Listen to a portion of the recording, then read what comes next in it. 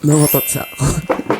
So hi mga kapamilya, welcome back again to my channel, and today's vlog is my best way to say thank you sa lahat na nag-support sa akin, sa lahat ng nanood ng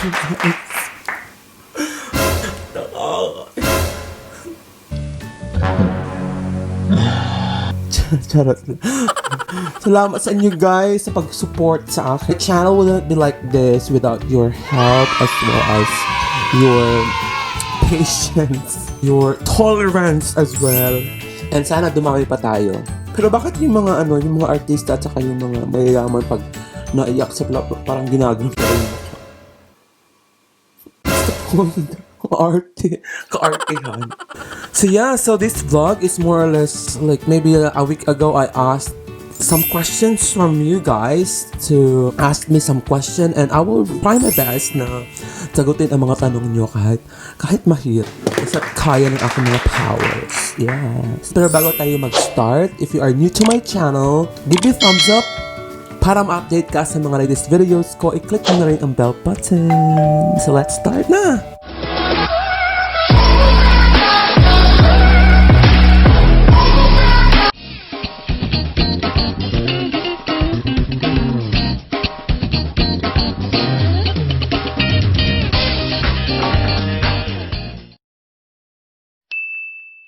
So, naka-red ako ngayon kasi it's my lucky color. So, pampaswerte. Go sa red mo. The first question is from Tariq Yasin Amir. Actually, si Tariq Yasin Amir, meron siyang YouTube channel. Yung content niya is about the countryside of Thailand. If you want to learn something, how does it feels like living in a countryside in Thailand, you can probably visit his channel. His channel is Tim Bin. His question is, bakit bilog ang araw? Kasi iba naman, kasi hindi siya square. Imagine kung ang araw is square. Diba? Or di kaya diamond. Well, seriously, maybe because that's how God made the sun. Pero I read something online about the scientific explanation on why the sun is round, but it's really hard to explain it here. The next question is from M. Palmero Bangis. Sabi niya dito is, alam ko kasi expert ka when it comes to love. Parang dito mo. Sino pipiliin mo? Oh, I think I know what's the question. Yung taong mahal ka pero hindi mo mahal, or sa taong mahal mo pero hindi ka mahal? But for me I think I will choose the person na mahal ako pero hindi ko mahal. Kasi alam naman natin ang pagmamahal ay natutunan yan. Diba? Baka sa paglipas ng panahon, that person who loves you will continue to love you. Maybe matutunan mo rin siyang mahalin. Kasi remember, when we were babies, when we were born, we don't know or we don't feel anything. We don't know what is pain, love. We don't know what is compassion. You know, nalalearn lang natin siya whenever we grow or as we grow up. You know what I mean? So, in my own opinion, mas pipiliin mo dapat yung mahal ka, pero hindi mo mahal kasi, like I said from the first sentence, maaring magiging mahal mo rin siya. So, ang ending niyan is, your relationship will be successful. You know what I mean? Yeah, so that is the second question. The third question is from Cyril Cowley. Her question is, are you living the life of your dreams? Very interesting. My answer will be yes, because I'm a type of person na I always make the best decision in life. Kasi you know what, people, decision making is really important sa life natin. Pag once you decide something na hindi maganda ang outcome, it will have a negative impact towards your life. Meron siyang tinatawag na chain effect. Kaya, we should really improve our decision making kasi it will affect your future. So to answer Cyril Cowley's question, are you living the life of your dreams? Yes, I am currently living the life of my dreams right now. And by the way, Cyril Cowley has also a YouTube channel, and her YouTube channel is Psyche Vibes, if that's the correct term for that. But better, you can also search Cyril Cowley. So the next question is the fourth question, fourth question, yeah. So the fourth question is from Jo Farinal. So her question is, how to move on po? Oh. So this question is kind of like, there are actually two different kinds of moving on, as we say in English. There are two kinds of relationship as well, like the short ones and the longer ones. Wherein maybe sa question na to, i-base natin sa long relationship. Yung mga relationship na nag-grow na and meron na silang tinatawag na investment in feelings. So siguro, if we're going to base my answer to the longer relationship, it's really hard, to be honest, because meron na kayong feelings towards each other eh. Parang meron na kayong commitment, parang ganun na mga situation. So siguro, the best way to move on to that kind of relationship is maybe, like for example, every time you do something na reminds you of that person, like kumakain ka ng banana, tapos naalala mo na sinusubuan ka pala niya. Oh my gosh. But I don't really think the dirty one. I'm really thinking of the literal one, like you're eating banana, for example. Then naalala mo siya, tapos naalala mo na sinusubuan ka pala niya ng bananas. Tapos, syempre, naalala mo. So the best way to avoid that feeling is maybe stop eating the banana. You know what I mean? Kasi it will just hurt your feeling and maybe like it will give you some throwbacks. What I'm trying to say here is, kung naalala mo yung tao, maybe do something else. Something else na makapaglihis ng pag-iisip mo. I don't know what's lihis in English. Pero sa pag-iisip mo yan, pag naalala mo siya, instead na alalahanin mo siya, maglinis ka ng kubeta, maghugas ka ng mga plato, kahit hindi naman madumi yung mga plato, o mga ganun. Para maano lang yung brain mo sa, yung mga naalala mong past. Kasi if thinking about it, it will just remind you, it will just give you some heartaches. Oh, diba? Or the best way is maybe like go out, chill, meet new people. You'll never know. You'll meet someone there na yung totoong pag-ibig mo. Ganon! So the next question is from Joyce and Cordova Plaza. This is very typical question. Love or money? Oh my God, I will never really think twice which one to choose. Which is money? Because, of course, lalo na sa panahon ngayon may pandemic, girl. Money tayo kasi, practically speaking, kung love ang pipiliin mo, anong kakainin yun? Yung love nyo? Makakain mo yung love? Ha? Naku.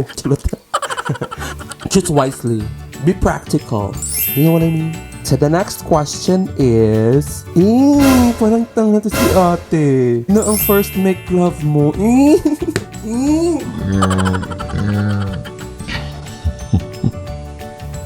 Make love talaga. Hindi pwedeng love lang. Wala nang make.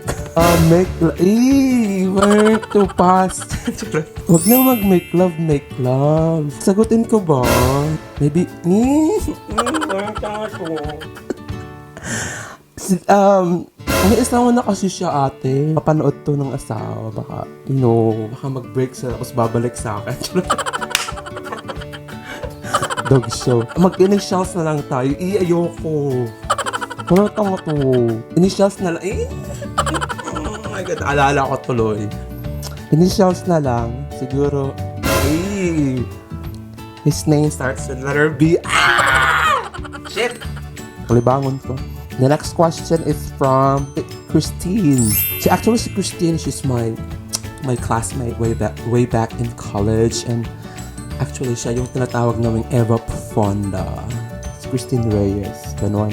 Her question is, family or partner? Wala namang law na magsasabi na dapat ka lang pumili ng isa. So, I'll choose the two. Because ang family, kahit kalabanin ka man ng mundo, or kahit gaano ka pa kasama, your family will be always there. And then yung partner naman, especially yung partner na will let you feel comfortable with your own skin. Your partner will also help you to grow as a person, to be confident. So I'll choose two.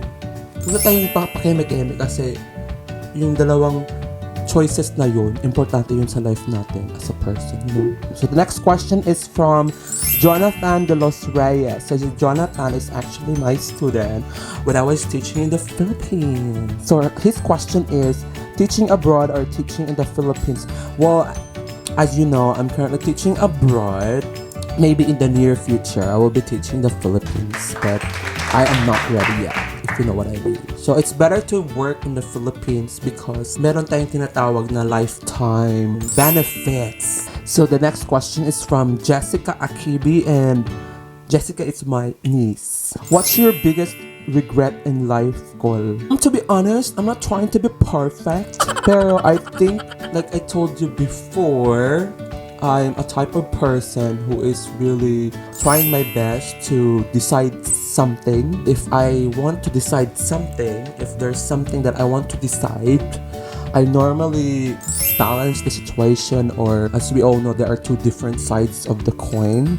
If I want to decide something, I normally think of the disadvantages as well as the advantages of the outcome of every situation. So what I'm trying to say here is there are some regrets, but most of the time of my life I did not regret it because I made some good decisions. So next one is from Duart's Gigi. So Duart's Gigi is my sister-in-law. So her question is, ask nako day, bukod sa imong success karon, unsa pay imong laing plano sa future? Oh, very interesting.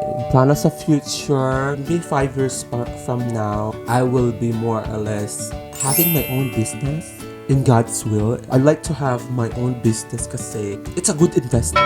So we have 3 more questions. The next question is from Kujo. Tanong ko sa'yo o bakit? Parang kanta naman to, girl. Tanong ko sa'yo o bakit? What is? Ganon. Actually, yung word na bakit is very helpful sa life natin kasi, or dapat, every time we do something, we should ask bakit. Bakit ito gagawin?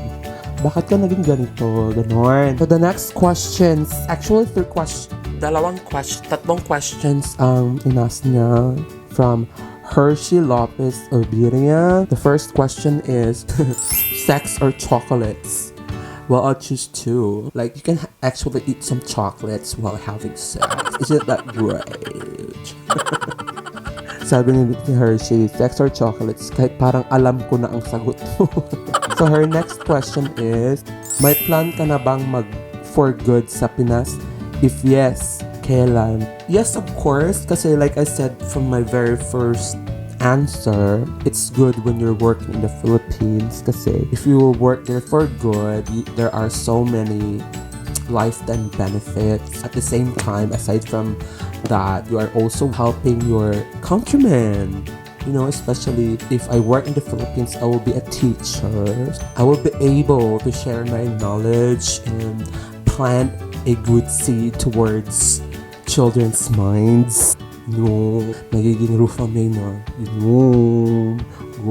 Todo na to. Her last question is, do you have any advice for those who want to teach in Thailand?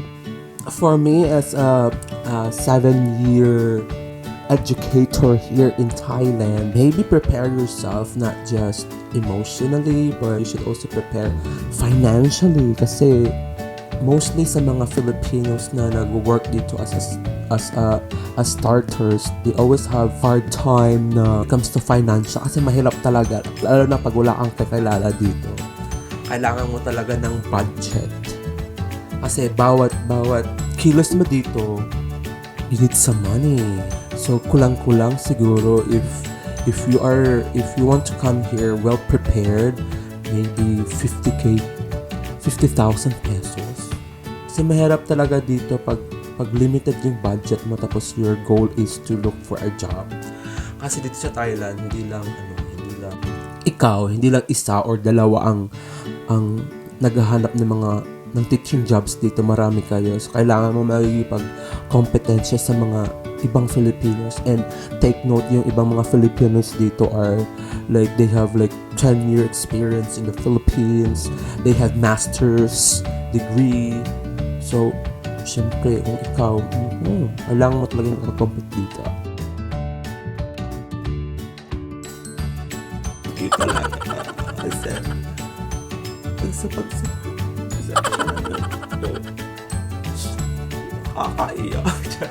joke lang. Oh yeah, salamat pala sa lahat na nag-support sa aking channel, and maybe one of these days I will return the favor to you guys. And so yun. So that's all for today mga kapamilya. At sa mga hindi pa nakapag-subscribe, subscribe na kayo. At para ma-update kayo sa mga latest videos ko, i-click mo na rin ang bell button. Now na. So bye for now. See you in my next vlog. Bye!